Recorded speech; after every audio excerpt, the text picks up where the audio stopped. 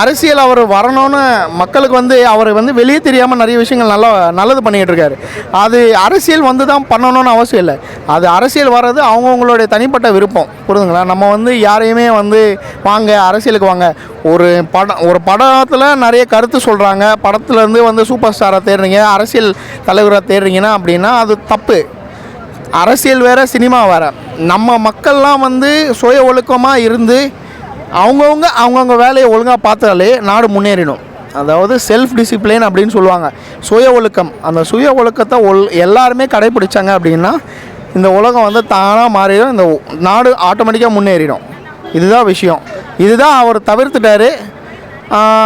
நம்ம யாரையும் கஷ்டப்படுத்த தேவையில்ல, நம்ம வந்தால் கூட்டம் கூடும் அப்படின்னு சொல்லிட்டு அவர் சொன்னார். ஓகேங்களா? அதை தவிர்த்து அவர் கொஞ்சம் யோசிச்சிருக்காரு மக்களை பற்றி. நம்ம வந்து கூட்டம் கூடனா வந்து நம்மளை பார்க்க ஆள் வருவாங்க, அதனால் வந்து நிறைய லாஸ் ஆகும் அப்படின்னு சொல்லி அவர் முன்னாடியே யோசிச்சிருக்காரு. அவர் ஒரு தீர்க்கதரிசின்னு சொல்லலாம். ஸோ நிறைய பேர் அதை யோசிக்க மாட்டேன்றாங்க. மக்கள் வந்து யோசித்து அதுக்கேற்ற மாதிரி நடந்துக்கணும், அவ்வளோதான்.